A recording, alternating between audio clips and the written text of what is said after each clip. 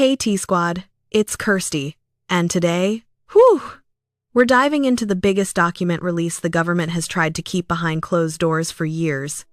The Epstein Files. What's already out? What's been quietly dumped? What's still locked away? And what could be revealed in the next massive release? Let's get into it. The government has been dropping huge batches of Epstein documents, tens of thousands of pages at a time, and the new transparency law is about to force the full vault open. But even with all these drops, we still don't have the complete picture. Some files are out, some are missing, and some are being guarded like they contain nuclear codes. So today, we're breaking down every batch released, what's hiding in the redactions, and the pieces of the puzzle that the public still hasn't been allowed to see. Let's start with the stuff that's already hit the public. The Oversight Committee has released 2 giant batches. A drop with over 33,000 pages from the DOJ, and another 20,000-page dump from the Epstein estate. Inside those documents we get emails, calendars, financial logs, call sheets, travel notes, meeting lists, and fragments of communications between Epstein, Maxwell, and various associates. We also have an earlier court-ordered release from a defamation case tied to Maxwell that gave us hundreds of pages of sealed records. And of course, the infamous birthday book, a guest book-style album filled with names, greetings, and messages from Epstein's network.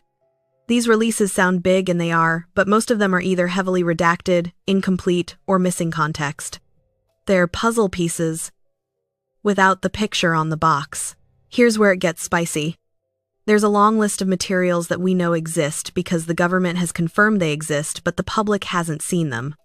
These include full flight logs for Epstein's planes, complete travel records for his island, ranch, townhouse, and apartments, internal DOJ and FBI memos, investigative notes, interview transcripts, grand jury materials, the entire detention to death paperwork trail, autopsy files, internal communications between prison staff the night Epstein died, and digital materials seized from his properties that have never been released in full.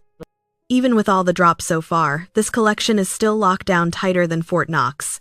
The new law forces the DOJ to release all unclassified Epstein-related records in a searchable, downloadable format. Not just summaries, not just hand-picked emails. The full thing unless it's tied to victims, national security, or an active investigation. The law also blocks the government from hiding information just because it might embarrass somebody powerful.